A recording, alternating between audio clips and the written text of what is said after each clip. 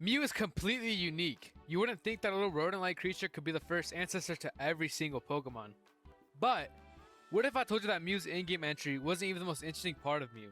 Because by far the most interesting part of Mew is its history outside of the Pokemon world.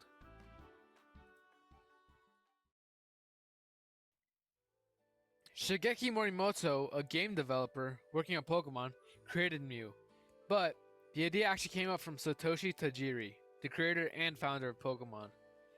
Growing up, Satoshi was obsessed with games like Xevious and Space Invaders, which were popular games that had rumors and mysteries within them, that gave players a spark of mystery and kept the community alive.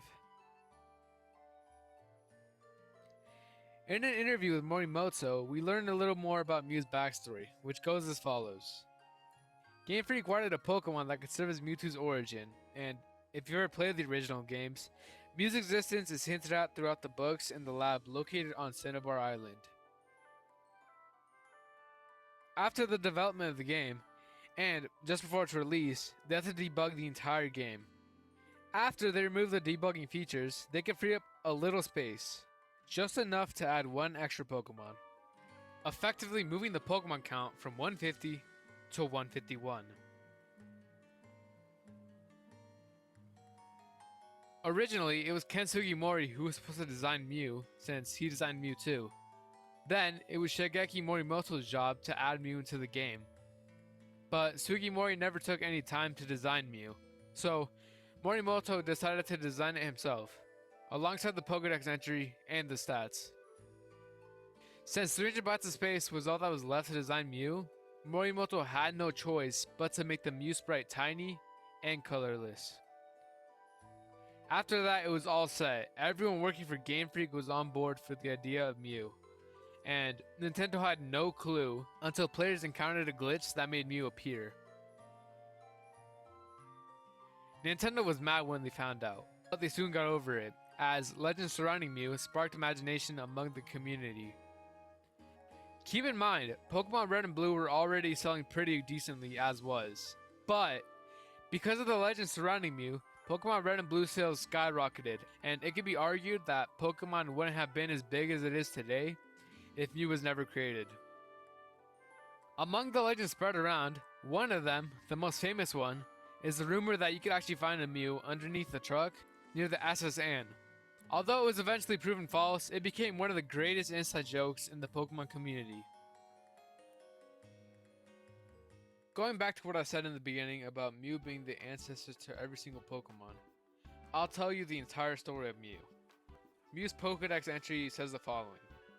It is said that Mew's DNA possesses the genetic composition of every single Pokemon species, thus allowing it to use all known Pokemon moves. It also has access to the move Transform, which it shares with Ditto. That alone makes you wonder things, but Mew's story doesn't even stop there. Before the world was even created, it's the classic story of what came first, the chicken or the egg. But in this case, it's an ongoing debate between Mew and Arceus, because if Mew has all the DNA of every Pokemon, wouldn't that include Arceus? Let me know what you think down below, and while you're down there, I would greatly appreciate it if you liked and subscribed, because these videos take a lot of time, and honestly, they're exhausting to make. Back to the video. If we search the books within the lab on Cinnabar Island, we find out the following.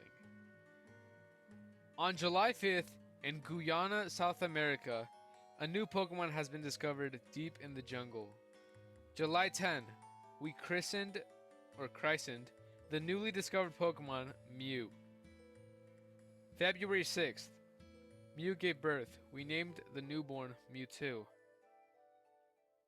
September 1st, Mewtwo is far too powerful. We have failed to curb its vicious tendencies. Let me summarize what I just said. On July 5th, a team of researchers discovered a mystery Pokemon deep inside a jungle in Guyana, South America. 5 days later, they named the mystery Pokemon Mew.